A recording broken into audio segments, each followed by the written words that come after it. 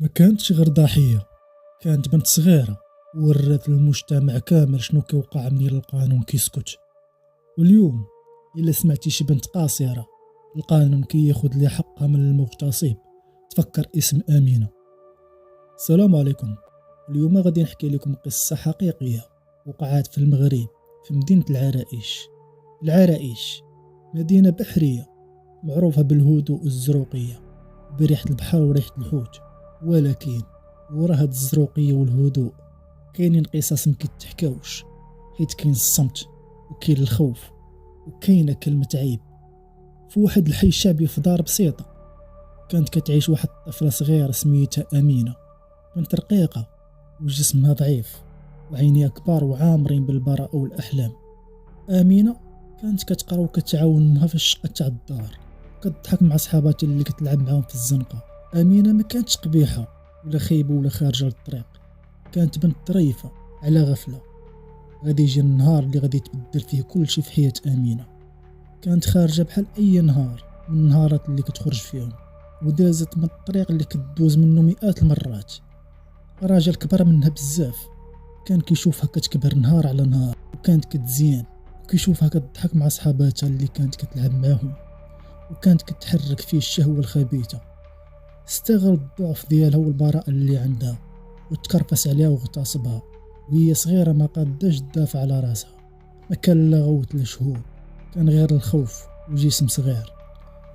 من ديك اللحظة أمينة ما بقاش كيف كانت، ما بقاتش كتضحك، ما بقاتش كتلعب مع صحاباتها، ولات كتخاف، ولات غير ساكتة.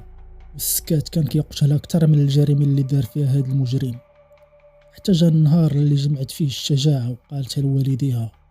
أمها منين سمعت الأخبار سخفات، أما باها تلفوا الأرض ولات كدور بيه. الدار ديال أمينة ولات عامرة بالبكا، والسؤال اللي تطرح دغيا ما كان شنو دار ليك، كان شنو غادي يقولوا الناس. عائلة أمينة فكروا في الفضيحة، ما فكروش في الحالة ديال أمينة. مشاو دعوه، ولكن كانت المفاجأة قاصحة وصادمة. قال لهم القانون إلا تزوج بها غادي يفلت من العقاب. وهنا المغتصب لقى منين يسلك راسو يفلت من العقاب. أما أمينة كان هاد الخبر بحال حكموا عليها بالإعدام.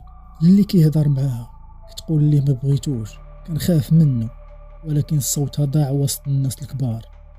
قالوا ليه هاد الزواج باش نستروك ونصلحوا الغلط اللي وقع. لبسوها الكسوة البيضاء وزوجوها به وداروا العرس. والعرس كان بالنسبة لها جنازة.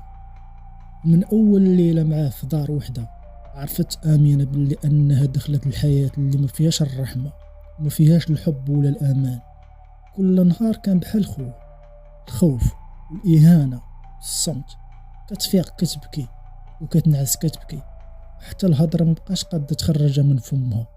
الجريمة رجعات، ولكن هاد المرة باسم الزواج.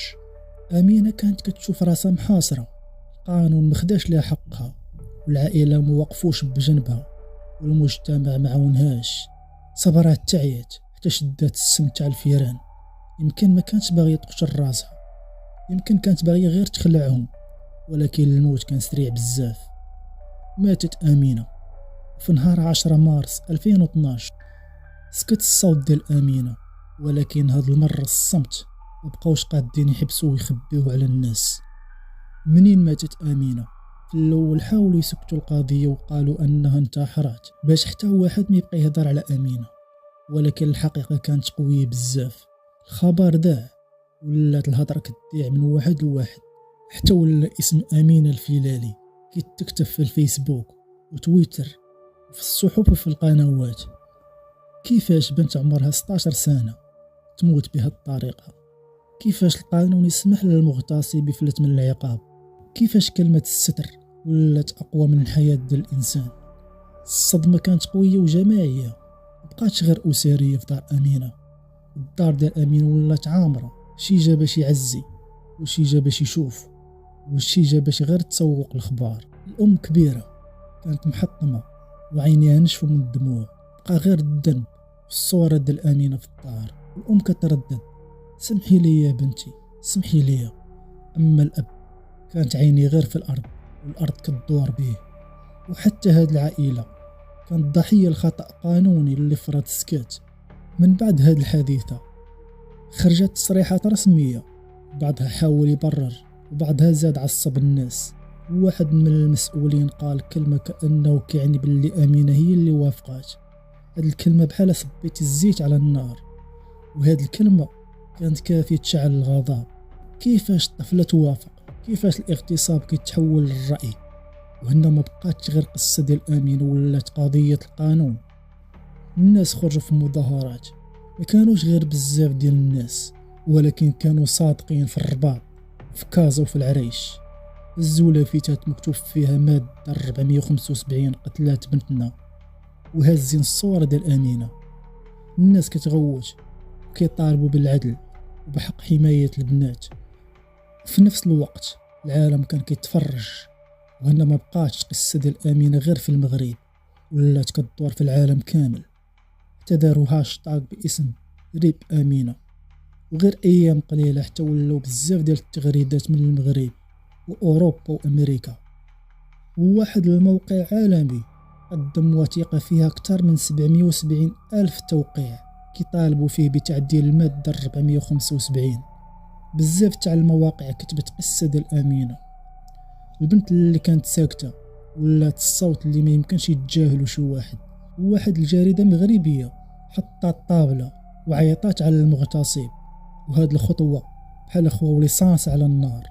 الناس كتقول كيفاش يعيطوا على المغتصب اللي دمر حياة طفلة ويعطيوه الكلمة؟ ولكن هاد الغرض زاد فتح العقليات الخامجة. المادة 475 ولا كلشي كيهضر عليها. الناس كتقول علاش هاد المادة مازال باقية؟ محاميات ونشطاء حقوق الإنسان وجمعيات ديال النساء كلهم تدخلوا وشرحوا باللي هاد المادة ماشي غير خطأ قانوني، ولكن جريمة تشريعية. وقالوا أن القانون خاصو يحمي الضعيف، ماشي أنه بشر ديال المجتمع. تحيدات الجملة اللي في المادة 475 اللي كتسمح بزواج المغتصب بالضحية. تحيدات الحيلة القانونية اللي كانوا كيستغلوها المجرمين. القانون تبدل، السؤال بقى مطروح: واش كان خاص تموت أمينة باش يتبدل القانون؟ واليوم منين تسمع أن القانون خدا حق لشي بنت قاصرة اغتصبها شي مجرم، عرف باللي أمينة كانت السبب. أمينة ما كانتش غير ضحية، كانت شرارة في وجه القانون، وخلات المجتمع يطرح نفس السؤال: واش الشرف أهم من الحياة؟ أمينة مشات، ولكن قصتها بقات كتعاود في الأفلام وفي الأغاني وفي القصص. القانون إلا ما كانش عادل تكون شريك في الجريمة. وهنا كتسالي القصة ديال أمينة الفيلالي. وإلا بغيتو قصص أخرى حقيقية خليو لايك للفيديو وتعليق حول هاد القصة، واشتركوا في القناة باش توصلكم القصة الجاية. وشكرا لكم على المشاهدة.